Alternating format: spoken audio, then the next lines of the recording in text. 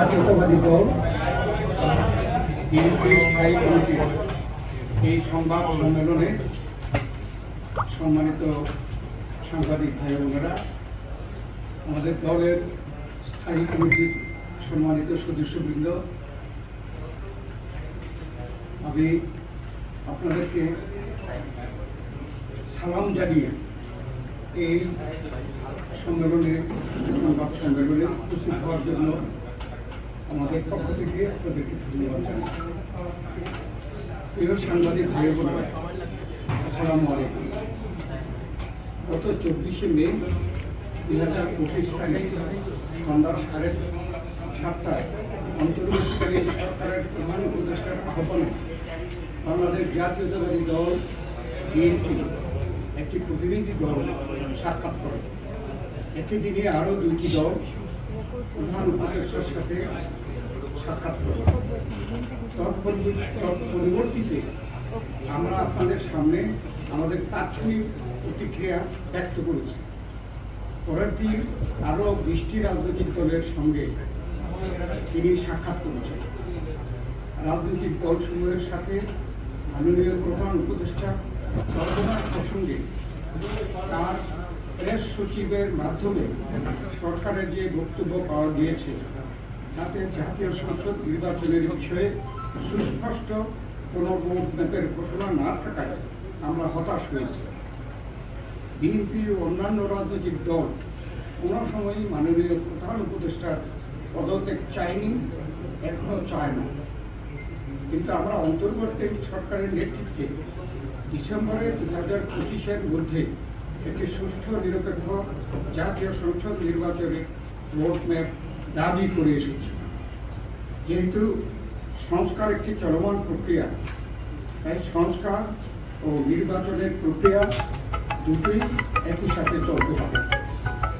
অতীত ফেসিবাদী শক্তি এবং ব্যক্তি অর্থাৎ দল এবং মানবতা বিরোধী অপরাধে অভিযুক্ত ব্যক্তিদের বিচার প্রক্রিয়া চলমান থাকবে। প্রিয় সাংবাদিক ভাই বোনেরা, প্রধান উপদেষ্টার সাথে অনুষ্ঠিত আলোচনায় উপরোক্ত বিষয়গুলো উপস্থাপন করেছিলাম বরাবরের মতো। আমরা লক্ষ্য করেছি উক্ত দিনে অর্থাৎ 24 মে শনিবার জাতীয় অর্থনৈতিক পরিষদের সভা শেষে উপদেষ্টা পরিষদের বিবৃতিতে যে বক্তব্য জাতির সামনে উপস্থাপন করা হয়েছে তা অস্পষ্ট ও বিভ্রান্তিকর। উপদেষ্টা পরিষদ দায়িত্ব পালনে আমরা প্রথম থেকে অদ্যাবধি সর্বোচ্চ সহযোগিতা প্রদান করে আসছি। সরকার পরিচালনায় নিরপেক্ষতার ঘাটতির কারণে এবং দুর্বলতার কারণে জনগণের সংশয় ও সন্দেহের উদয় হওয়া স্বাভাবিক। বিভিন্ন মহলের অযৌক্তিক ও উদ্দেশ্য প্রণোদিত দাবি দেওয়া ও এখতিয়ার বহির্ভূত বক্তব্য সরকারের স্বাভাবিক কাজের পরিবেশ বিনষ্ট হওয়ার যে অভিযোগ সরকারের পক্ষ থেকে উত্থাপন করা হয়েছে সেটা মূলত সরকারের নিজস্ব অর্জন। প্রিয় সাংবাদিক ভাই বোনেরা, উপদেষ্টা পরিষদের বিবৃতিতে উল্লেখ করা হয়েছে পরাজিত শক্তি ইন্ধনে ও বিদেশি ষড়যন্ত্রের অংশ হিসাবে সরকারের উপর দায়িত্ব পালনকে অসম্ভব করে তোলা হয়েছে। আমরা বলতে চাই, যথাসাধ্য একটি সুষ্ঠু নিরপেক্ষ জাতীয় সংসদ নির্বাচনের মাধ্যমে পরাজিত শক্তির ইন্ধন এবং বিদেশি ষড়যন্ত্র বন্ধ করা সম্ভব।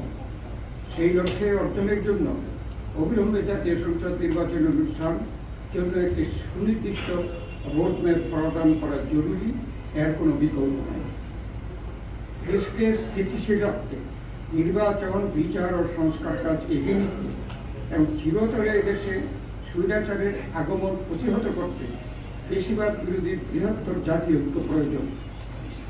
জুলাই ছাত্র ও গণ অভ্যুত্থানের আকাঙ্ক্ষা জনপ্রত্যাশাকে ধারণ করে অতি শীঘ্র রাষ্ট্রের গণতান্ত্রিক রূপান্তরের প্রক্রিয়াকে ত্বরান্বিত করা অত্যন্ত জরুরি।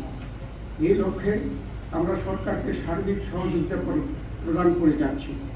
সরকারের সক্রিয়তা, সংস্কার উদ্যোগ, বিচার প্রক্রিয়া, সুষ্ঠু নির্বাচন ও স্বাভাবিক কার্যক্রমকে বাধাগ্রস্ত করে এমন কোনো কর্মকাণ্ডকে আমরা সকল সময় নিরুৎসাহিত করি এবং প্রতিকার প্রতিরোধ করার অঙ্গীকারবদ্ধ। অথচ উপদেষ্টা পরিষদের বিবৃতিতে কোন মহলের উপরে অর্পিত দায়িত্ব পালনকে অসম্ভব করে কোন মহল তাদের উপরে অর্পিত দায়িত্ব পালনকে অসম্ভব করে তুলেছে, এই মর্মে একটি বিমূর্ত অভিযোগ উত্থাপিত হয়েছে। প্রিয় সাংবাদিক ভাইয়েরা, জুলাই ছাত্র গণ অভ্যুত্থানের অংশগ্রহণকারী সকল রাজনৈতিক, সামাজিক সকল শ্রেণী পেশার শক্তির মধ্যে বিভেদ সৃষ্টি না করে যাতে ঐক্যকে আরও শক্তিশালী করা যায়, সেই জন্য সরকারের নিরপেক্ষ ভূমিকা এবং চরিত্র বজায় রাখার স্বার্থে আমরা বিতর্কিত উপদেষ্টাদের অপসারণ চেয়েছি। দেশে আইনি শাসন প্রতিষ্ঠার জন্যই এদেশের জনগণ রক্ত দিয়ে গণ অভ্যুত্থানের মধ্য দিয়ে ফ্যাসিবাদের পতন ঘটিয়েছে। অথচ সরকারের সাম্প্রতিক কর্মকাণ্ডে জনমনে এ বিষয়ে সংশয় সৃষ্টি হয়েছে। ঢাকা দক্ষিণ সিটি কর্পোরেশনের মেয়র পদে জেনারেল ইশাক হোসেনের পক্ষে আদালতের রায় অনুযায়ী গেজেট নোটিফিকেশন হয়েছে, অথচ সরকার আজ পর্যন্ত তার শপথ গ্রহণের কোনো ব্যবস্থা গ্রহণ করেনি। আমরা আশা করি কালে বিলম্ব না করে সরকার তার শপথ গ্রহণের ব্যবস্থা নেবে। জুলাই ছাত্র গণ অভ্যুত্থানের আকাঙ্ক্ষাকে ধারণ করে মানুষের হারানো গণতান্ত্রিক অধিকার, সাংবিধানিক অধিকার, মানবাধিকার সহ ভোটাধিকার নিশ্চিত করার লক্ষ্যে যথাশীঘ্র জনপ্রত্যাশা অনুযায়ী একটি নির্বাচিত রাজনৈতিক সরকার প্রতিষ্ঠায় এখন সর্বোচ্চ অগ্রাধিকার। তাই আমরা একটি সুষ্ঠু, অবাধ, নিরপেক্ষ নির্বাচনের মাধ্যমে ডিসেম্বর 2025-এর মধ্যে একটি জাতীয় সংসদ গঠনের জন্য অবিলম্বে সুনির্দিষ্ট রোডম্যাপ ঘোষণার দাবি জানাচ্ছি। এই সর্বোচ্চ জন আকাঙ্ক্ষাকে সর্বোচ্চ অগ্রাধিকার দেওয়া বর্তমান অন্তর্বর্তী সরকারের প্রধানত এজেন্ডা হওয়া উচিত বলে জনগণ মনে করে। এর অন্যথা হলে জনগণের দল হিসাবে বিএনপির পক্ষে এই সরকারের প্রতি সহযোগিতা অব্যাহত রাখা কঠিন হয়ে যাবে।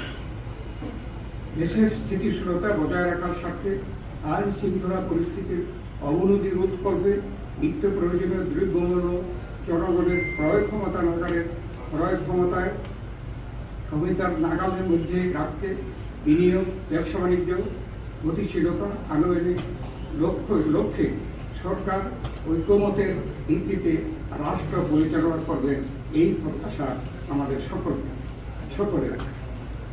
আপনাদের ধৈর্য সহকারে আমাদের বক্তব্য শোনার জন্য আপনাদের সকলকে ধন্যবাদ। আল্লাহ হাফেজ। বাংলাদেশ জিন্দাবাদ। ধন্যবাদ।